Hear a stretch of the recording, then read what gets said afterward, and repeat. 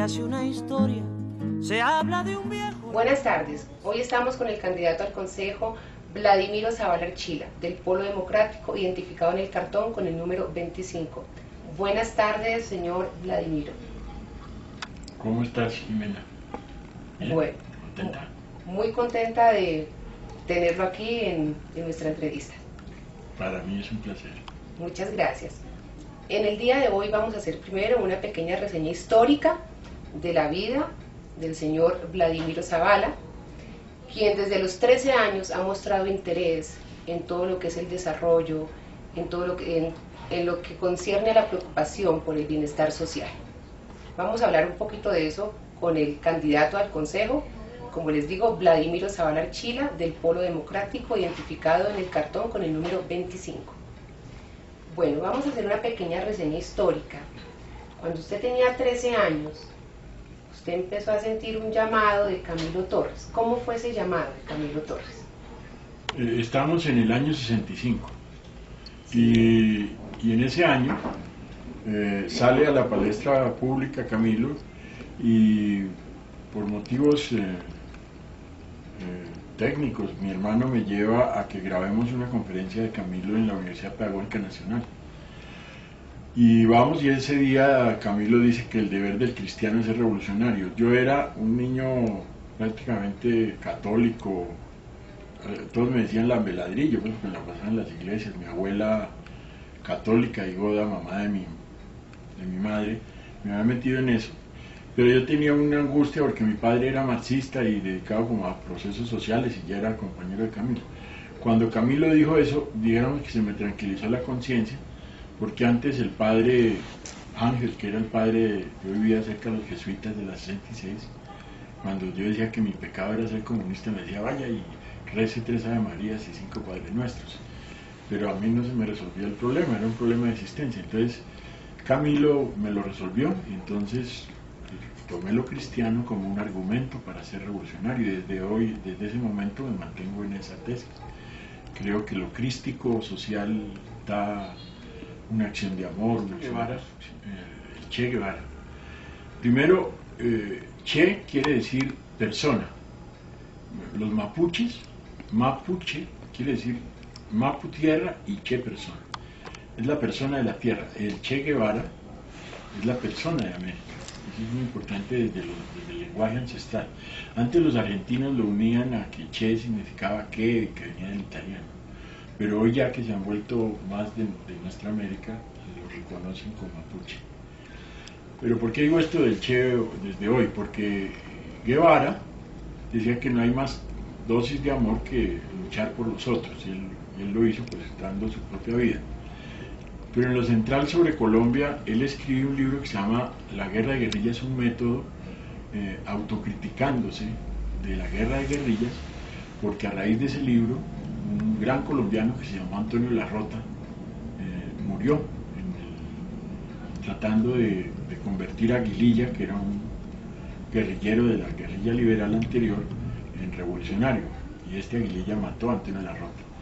Y entonces ahí el Che critica el foco insurreccional y plantea que la guerra del pueblo tiene que ser una guerra de todos, que la guerra de guerrillas no puede ser desde un foco insurreccional, sino ligada al pueblo.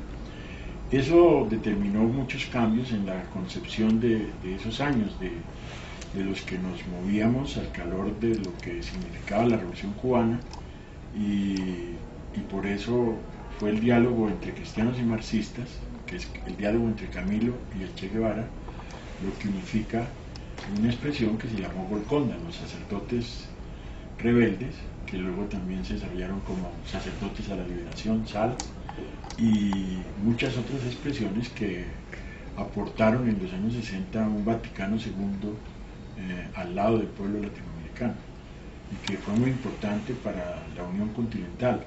Digamos que el momento culminante de ese proceso es la Revolución Sandinista, donde están los hermanos Cardenal, Ernesto y Fernando Cardenal, el padre Miguel de Escoto como canciller de Nicaragua, el padre Uriel Molina, franciscano, etcétera, ¿no? O sea, prácticamente toda una iglesia latinoamericana en Centroamérica, Monseñor Oscar Arnulfo Romero, y fue, digamos, el mayor acto de solidaridad con el proyecto, y todo eso nació en Colombia.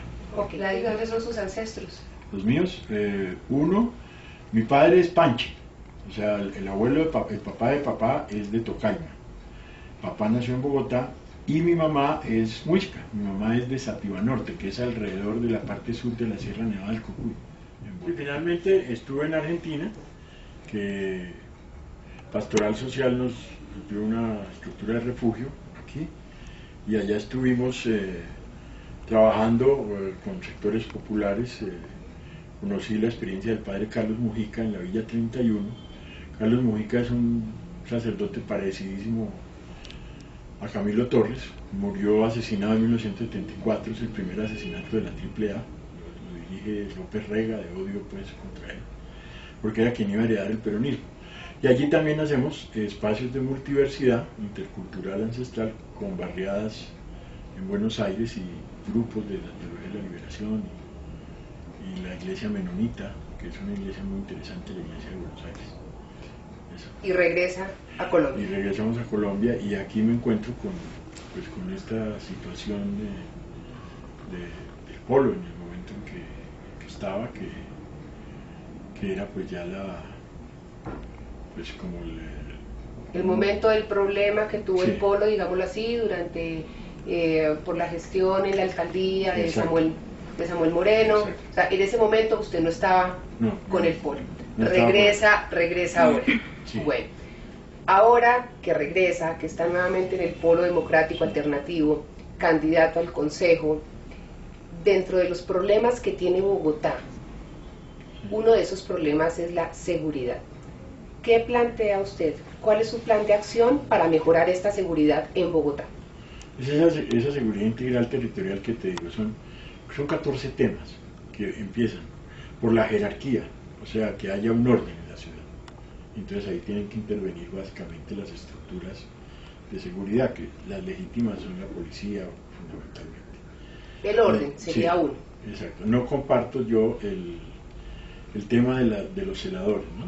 La seguridad privada es muy incompetente, muy ignorante, agrede a los ciudadanos. Hay amigos míos que en el hotel Taquendama pues lo sacaron porque se le ocurre a un celador decir que y me van a atacar, y entonces llegan 10 y le pegan a una pareja. Pero tampoco creo que sería conveniente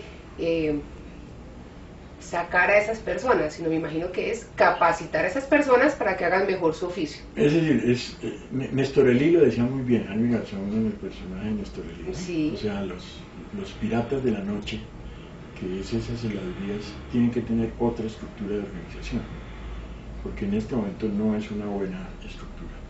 Segundo, que haya realmente justa justicia, o sea, las estructuras de justicia sean justas, no son realmente justas nuestras estructuras de justicia.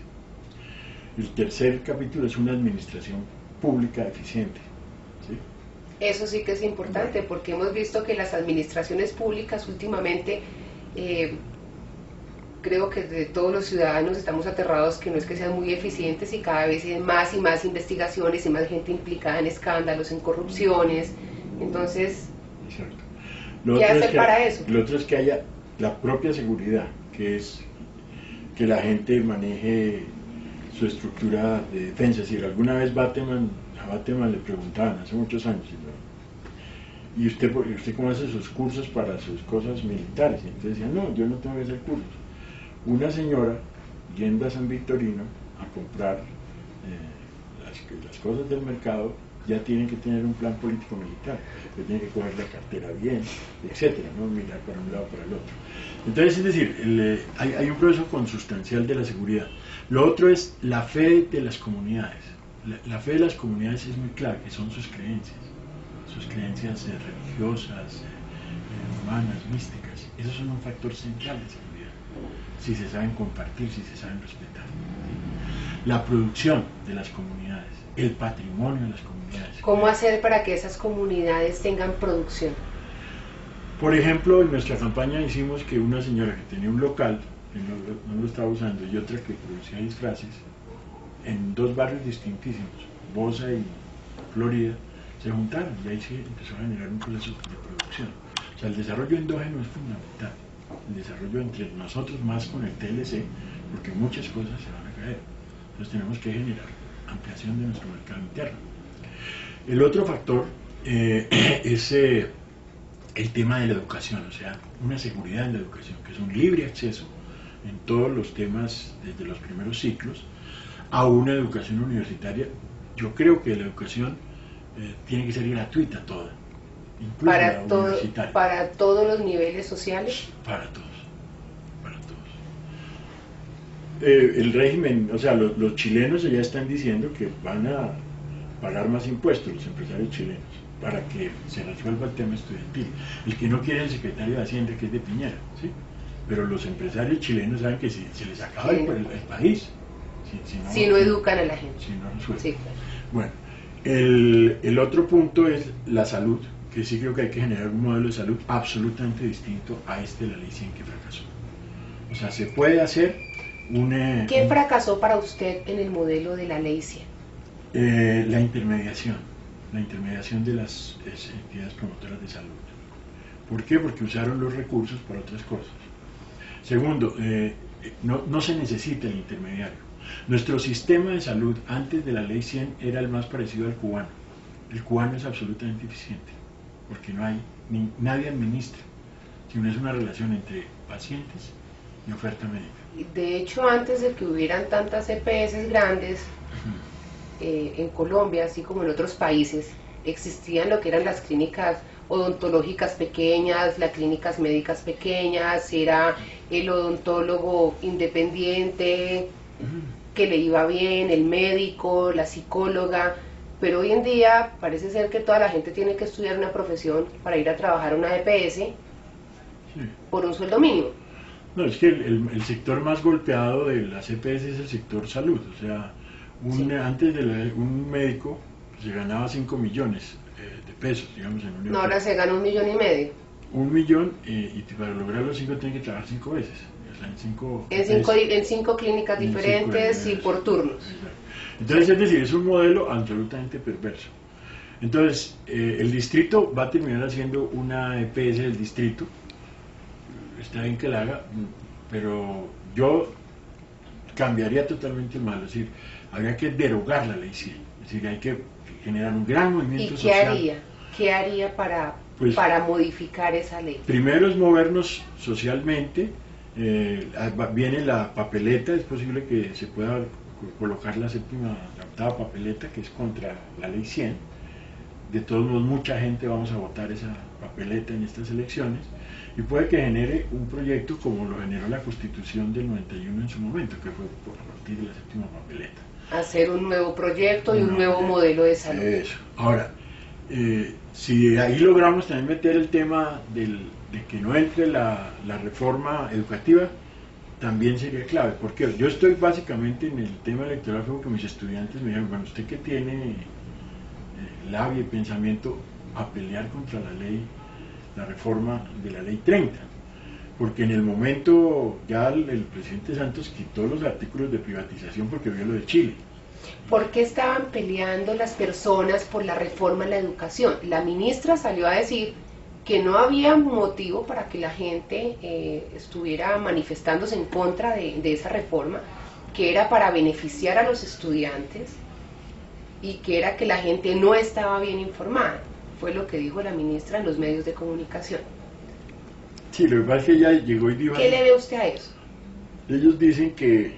Ella dijo, lo primero que dijo es que la reforma va porque va. Los rectores, no solamente los rectores de las universidades públicas, sino sobre todo los de las universidades privadas, el rector de esta de Cali, ¿cómo se llama? La Universidad del Valle, no, la privada, la Universidad Libre. No, el que estuvo perdido allá en Colombia, que se le estaba buscando unos pájaros. Universidad ICESI. ICESI. Bueno, todos ellos mostraban que, porque el primer argumento de la ley era que se podía volver la educación un negocio, es decir, que usted podía sacar de la plata de los servicios educativos para meterla en otros negocios. Así decía textualmente esa ley. Hoy hay universidades privadas, pero esas universidades privadas tienen que invertir en educación y en sí mismas. Puede que no inviertan en investigación, que sería lo clave, es que inviertan en investigación, no lo hacen. Para el desarrollo del país. Pero invierten en edificios, ya entonces se arregla la ciudad, la Tadeo ha crecido, se ve bonita, la central también. Bueno, pero creo que más importante que mejorar la infraestructura en sí de la universidad, que obviamente es importante porque es también para el servicio de los estudiantes, pero obviamente sí es más importante que se invierta en lo que es investigación, en ciencia, en tecnología, en avances en general. En docencia mismo. Pero, ¿cuál es la situación del país? Nosotros invertimos 18 millones en soldados, en un soldado, 14 millones en un preso. ¿Allá cuántos van? ¿Cuánto invertiría Bogotá en esa parte? Así como estamos hablando de los soldados, ¿cuánto invertiría Bogotá en policías, para la seguridad? Por eso, yo creo, por eso es que la seguridad integral territorial es invertir en todo lo demás, ¿sí? Para que haya seguridad. Le vemos la calidad de vida, o sea, la salud, la nutrición, en todos los temas, en la educación, en la recreación, en otras formas de convivencia, de solidaridad, ¿sí? En solidaridad. Para que la gente no se vea abocada a robar. Bueno, exacto. Ahora si quedan unos que roban, porque ya no tienen arreglo, ¿sí? Eso yo no los meto en la cárcel. O sea, estas cárceles son fábricas de delincuentes. ¿Sabes? O sea, nosotros estamos... ¿Qué hace con esos que son, qué haría con esos que son delincuentes? Vamos a trabajo ambiental, vamos a construir país, vamos a recuperar el campo, vamos a otras cosas, ¿sí? Pero ¿y si llegan al campo a delinquir? No, porque lo hacemos con trabajo voluntario. Aquí hay... Mire, por ejemplo, hay quienes, la jornada única que proponen algunos que están diciendo, no, tenemos que ir a una jornada única escolar. Yo digo, no es correcto. O sea, si hay que tener más tiempo a los niños en un proceso de educación, pero no en la jaula de la escuela. Están los parques para construir pedagogía ciudadana. Hay más profesores distintos a los profesores tradicionales. Hay profesores de teatro, hay profesores de deportes, hay profesores de música. O sea, por ejemplo, yo sé cómo enseñaría inglés en esos temas de rock al parque, porque los pelados oyen todo eso, pero no saben inglés ni nada, ¿sí? Cantan en inglés, pero no saben el significado. Nos vamos a un parque, ponemos a los Beatles, empezamos a traducir las canciones y qué tal, y aprendan inglés, pero sepan de qué se trata. ¿Qué tal todo el mundo cantando el Imagínate de John Lennon? Yo propongo un modelo de telesférico. Sí, yo propongo un telesférico. ¿Cómo sería ese que modelo? vaya de Soacha hasta La Caro, es decir, hasta Chía, sobre los cerros. Es un telesférico horizontal, son 35 kilómetros, su costo sería a 5 millones de dólares kilómetro, que son 175 millones. 175 millones de dólares. Es muy barato. Estaría en 2 años, mientras que el metro está hasta el 2018, sería la primera línea. Yo no estoy negando con esto metro, ni negando Transmilenio, sino digo uno que nos mueve. Una alternativa de movilidad. Eso. Aparte de eso, que no va a contaminar. Exacto, porque la energía sería limpia, porque es con molinos. Y las obras serían más económicas y más rápidas. Más rápidas. De acuerdo a lo que sí, nos está expresando. Sí. Eso nos ayudan los chinos y los suizos, tienen las tecnologías para eso. ¿Quién manejaría ese modelo de telesférico? Yo propongo que sea ETV, porque hay que darle a ETV tejido social, que pertenezca a la ciudad, que no esté ligada simplemente a la telefonía, que pueda introducirse en otros cambios, que sea la base para construir las empresas públicas municipales de Bogotá nuevamente, que podamos recuperar el control sobre la energía eléctrica, sobre el agua, sobre todas las cosas. Que lleguemos a ser tan eficientes como empresas públicas de Medellín. Sí, hasta más. O sea, no solo los países son los eficientes. No, ellos son muy eficientes y también los demás colombianos también podemos ser muy eficientes, claro que sí. Y Bogotá en la medida que tiene muchos países, porque es que nosotros somos una ciudad-país. Sí, claro. Entonces, nosotros hablando que Bogotá somos una ciudad-país, nosotros acogemos a las personas de todos los alrededores, de todos los rincones de Colombia. ¿Qué hacer para que la gente tenga un poco más de identidad de su Bogotá?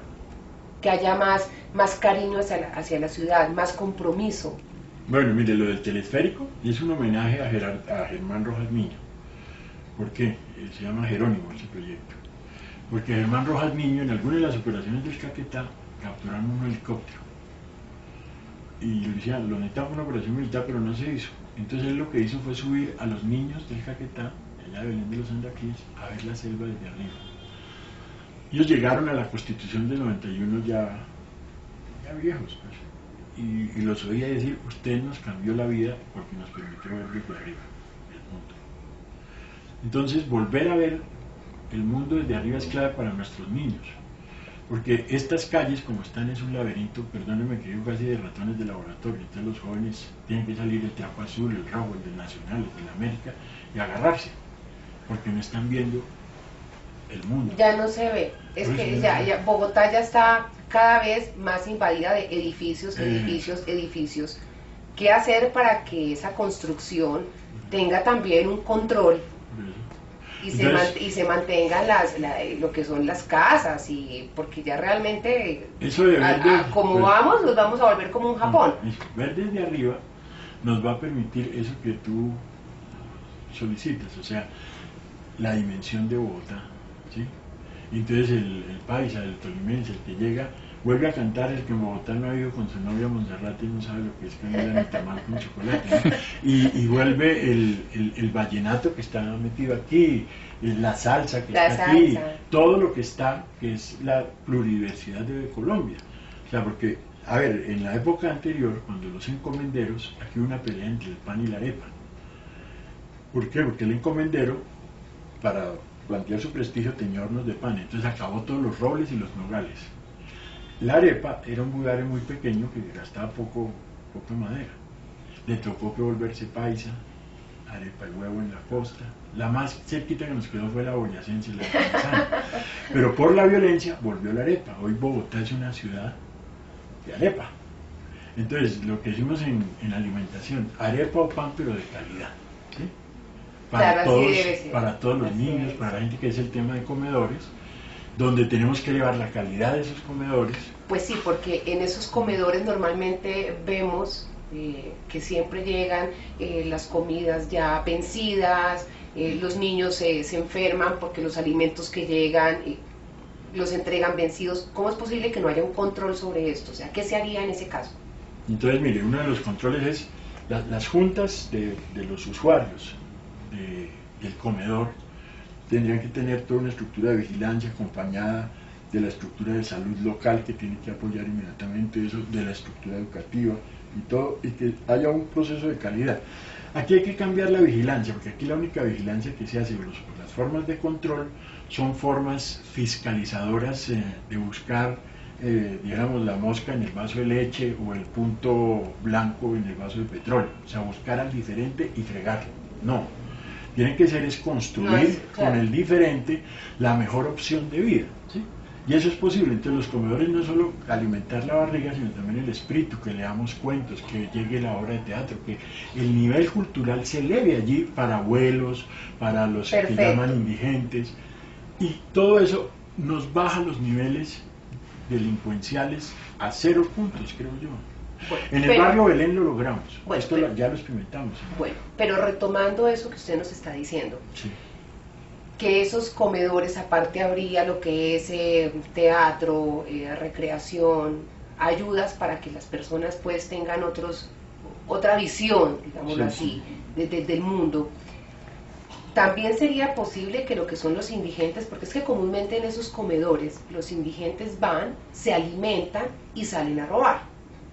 Entonces, ¿qué hacer para que esos indigentes de pronto más bien se les enseñe algo productivo? Porque, perfecto, la recreación es estupenda, la educación ayuda muchísimo, el esparcimiento, la parte cultural ayuda mucho, pero también es importante enseñarles un oficio que sea productivo, o sea, que ellos de pronto vayan a los comedores, puedan hacer alguna labor con la que ellos también puedan vivir y que aprendan a hacer. Es una forma, digámoslo así, como de resocializar. ¿Han pensado en eso? Sí, a ver, el tema histórico del indigente lo produjo o sea, la gente que quería capturar tercer milenio desde hace mucho tiempo.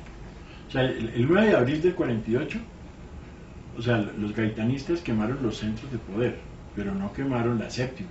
La séptima la quemó la visión de aumentar la plusvalía. Y el otro pedazo que querían era la Plaza de Mercado y San Victorino. En el 48 no lo pudieron coger. Solamente hasta la condición del Parque Tercer Milenio lo pudieron tomar. Esa sacada de la gente del cartucho ha producido muchos cartuchos en la ciudad. Sí, pero ¿qué haríamos para que esos indigentes que van a esos comedores te digo, es que tengo que mostrar No se el vaya. problema, porque en el problema está la solución. ¿Eso cómo se hizo? En esa época, en esa zona de Santa Inés, lo que quedaban ahí eran las imprentas. Entonces empezaron a pagarle el reciclaje que llevaba la gente con bazuco. Y eso fue produciendo el cartucho para bajar los precios del centro, los precios del valor de la tierra. Ya después, pues empezaron a eliminar a estos del cartucho, que todo lo que le pasó al Comanche, bueno, todas esas cosas que han sucedido, que fueron temas de falsos positivos y de cosas agresivas. Entonces, la forma que yo veo de más que resocialización es construir. Por ejemplo, hay una experiencia como IDEPRON. IDEPRON ha sido absolutamente exitoso con los jóvenes. ¿Cómo ha funcionado? Y de pronto tenían en la 10ª en su momento, tenía un lugar donde llegaban los pelados de la calle, se estaban unos días, era un preso libre, iban y se bañaban, comían, volvían a la calle, a sus galladas y tal, y hasta que llegaban y entraban a un proceso ya en otro lugar que era aquí en el parque aquí de los Novios, y ya los que querían se iban o para la zona del Urabá o para el Bichada a procesos en el campo de construcción de agricultura y todo eso. Entonces, algo parecido se puede hacer con estos indigentes. Lo que pasa es que a eso hay que ellos participen de la solución. No puede ser una solución de genios para que vienen y los analizan y dicen no hay que quitarles el mugre y todo eso, porque ya a ellos les gusta el mugre. Entonces hay que escucharles por qué les gusta el mugre, o sea, saber de qué se trata el problema. No es simplemente eso de lo que sucede, que es que los vemos ahí en la calle y dicen nos van a atacar. No, el indigente es como el perro callejero, le tiene miedo al perro fino, entonces no ataca, ¿sí? Si usted no le muestra miedo, no lo ataca, ¿no? Bueno, hablando de otro punto que se necesita, usted hablaba dentro de su plan de acción de los macrocréditos. ¿Esos macrocréditos van a ser dirigidos a quién? ¿A grandes empresas?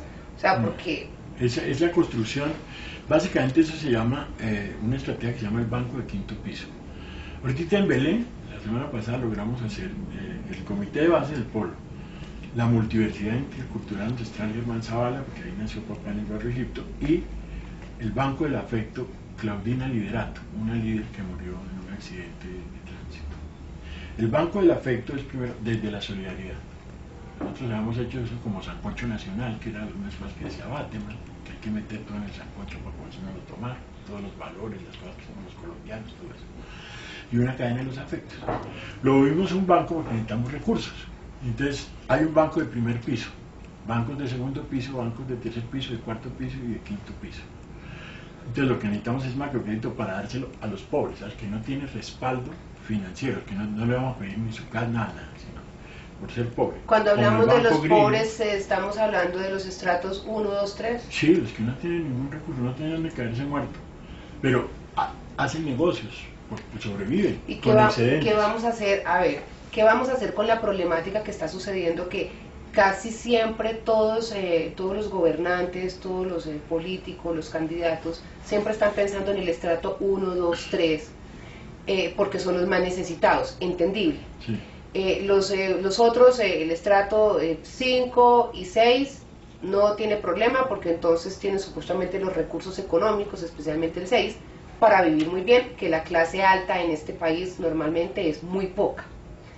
¿Qué pasa con la clase media? Porque es que con la clase media nunca hay ningún proyecto ni nadie piensa en la clase media. La clase media es el profesional que se gana 3 millones de pesos, que no tiene cómo comprar el apartamento propio, pero ese tampoco tiene subsidio, ese no tiene financiación, a ese el banco, como no tiene cantidad de plata, el banco no le presta, pero como no es de estrato 1, 2 y 3, entonces el otro banco tampoco le presta. ¿Qué pasa con esa clase media en el país? No, pues en Bogotá pasaría que con esta estrategia de banco del afecto y de banco de quinto piso participaría, porque yo no lo estoy excluyendo. Okay. Y además, ¿por qué? Porque aporta una cosa central que es saberes técnicos, saberes tecnológicos, y que se integra con los saberes cotidianos que tienen los otros. O sea, porque aquí todos están los saberes. O sea, fíjate, por ejemplo, es cierto, Carulla te vende todo muy empacado, muy bonito, muy bien empacado, pero la calidad, es decir, nosotros nos pasamos a comprar en Palo Quemado y la calidad es mejor y los precios también más baratos, ¿sí? y entonces vas a la otra plaza, la del 20 de julio, y encuentras esa misma calidad, ¿sí? Entonces, es decir, el problema es integrar realmente la ciudad en un lugar de convivencia. Y entonces, ¿por qué, por ejemplo, la 26 como está diseñada nuevamente vuelve a plantear la separación? Porque integra el aeropuerto, el Dorado, que vuelve a la leyenda del Dorado, vuelvan aquí a llegar los tipos y van para el centro internacional, que es lo que se va a hacer allí en el plan centro, ¿no? Y se vuelve a separar la ciudad del norte y la ciudad del sur. Y eso segrega nuevamente y empieza a volver a producir conflictos, ¿sí? Entonces, hay que generar una integración de la ciudad donde realmente Bogotá, que ha demostrado en todos estos temas electorales, desde que surgió la elección popular de alcaldes, que es una ciudad vanguardia, que es la ciudad que tiene diversidad, que respeta cosas. Es decir, en otra ciudad el LGTB pues lo ven y le insultan, ¿sí? Aquí se respeta. Aquí se respeta. ¿Sí? Es decir, a excepción del procurador, pues que es el único, ¿no? Candidato, en 3 palabras, Sí.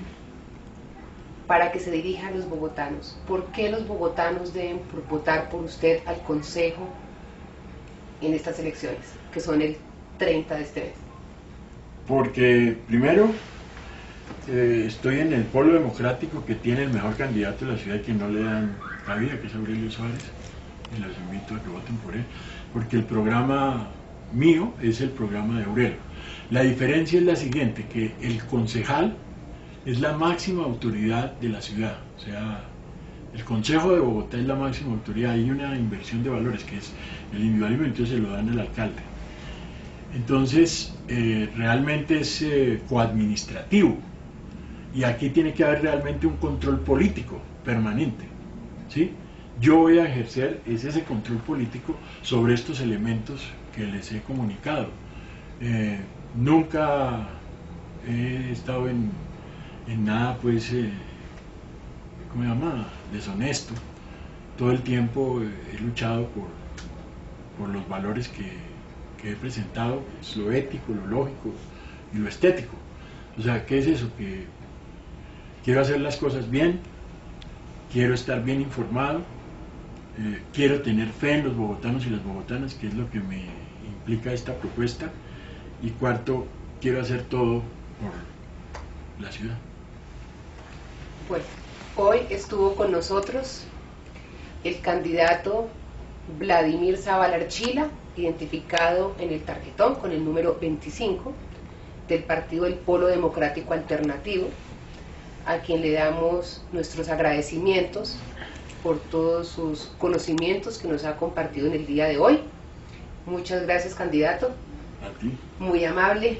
Mil gracias, le deseamos éxitos también, igual que a todos nuestros candidatos que hemos entrevistado.